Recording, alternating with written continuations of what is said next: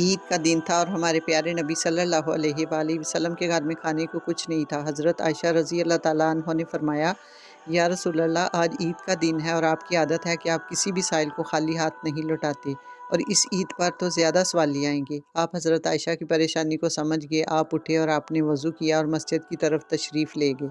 कुछ ही देर के बाद जब आप वापस आए तो देखा कि हज़रत आयशा बिलाशुबा अनाज तकसीम कर रही हैं।